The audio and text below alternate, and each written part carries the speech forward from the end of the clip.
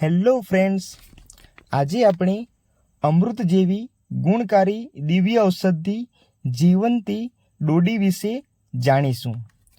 આયુર્વેદમાં એવી અનેક દિવ્ય ઔષધિઓ છે જે અનેક ચમત્કાર સર્જીને દર્દીને નવજીવન આપે છે। આજે આવી એક દિવ્ય ગુણકારી વનસ્પતિ કે જે આપણા ગામડાના ખેતરોની વાડોમાં સૌરાષ્ટ્ર ગુજરાતમાં તથા બીજા રાજ્યોમાં પણ તે થાય છે। તેનું નામ છે ડોડી અથવા જીવંતી। તેના વેલા કોઈ વાડ કે દિવાલના ટેકે ઊંચા વધે છે। તેના પાન નાગરવેલના પાન જેવા અણીદાર થાય છે। તેના પર આંકડાના ફળ જેવું લંબગોળ લીલા રંગનું ફળ થાય છે, જેમાં બી હોય છે। તેનું ફળ લગભગ 3 થી 5 ઇંચ લાંબુ, જરા કઠણ, ચીકણું અને અંદરથી સફેદ હોય છે। તે બી જમીનમાં વાવો કે કુદરતી રીતે જમીનમાં રોપાઈ જાય એટલે તેનો વેલો થાય છે। આ ડોડી વનસ્પતિના પાન, ફળ અને મૂળ બધું એક ઉત્તમ દવા રૂપે વપરાય છે। તેના વેલા 12 માસ લીલાછમ રહે છે। ગામડાના લોકો તેને બહુ સારી રીતે ઓળખે છે। આયુર્વેદાચાર્ય ચરકે આ જીવંતીનો ઉલ્લેખ જીવનીય મધુર સ્કંધમાં ખાસ કરેલો છે।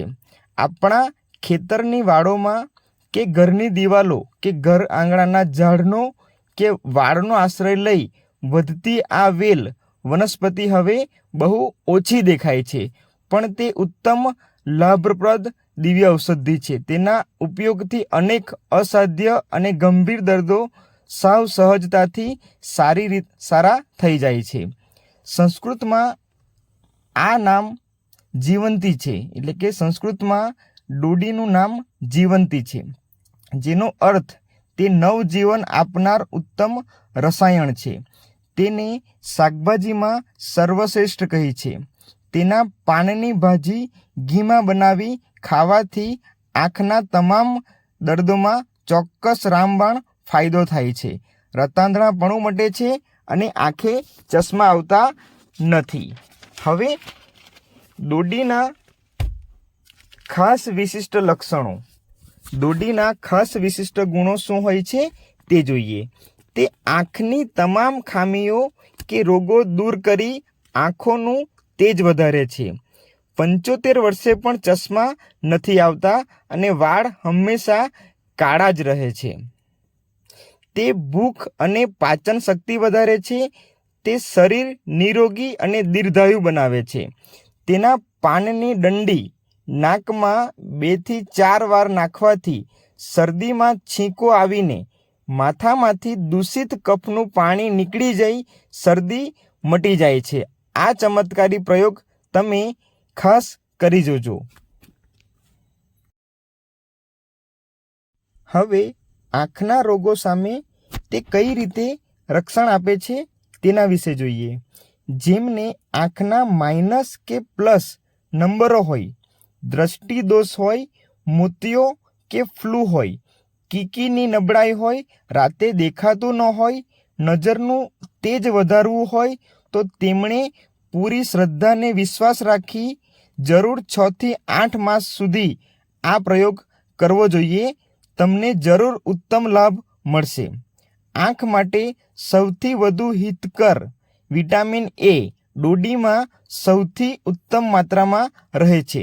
તેના તાજા પાનની ઘીમાં ભાજી બનાવી રોટલી અને ભાખરી સાથે રોજ ખાવ અને ઉપર દૂધ પીવો।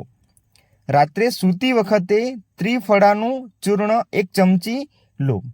વધુમાં લાભ માટે 1 ગ્લાસ પાણીમાં ત્રિફળાનું ચૂર્ણ લઈ પલાળી સવારે તે કપડાથી ગાળી લઈ તે પાણી આંખમાં રોજ છાંટો।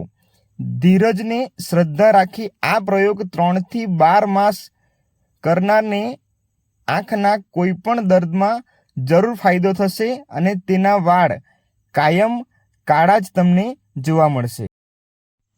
ડોડી લાંબો સમય લેવાથી જીવનનું આયુષ્ય જરૂર વધે છે, માટે આયુર્વેદાચાર્યએ તેને જીવનીય એટલે કે જીવનવર્ધક ઔષધિ કહી છે.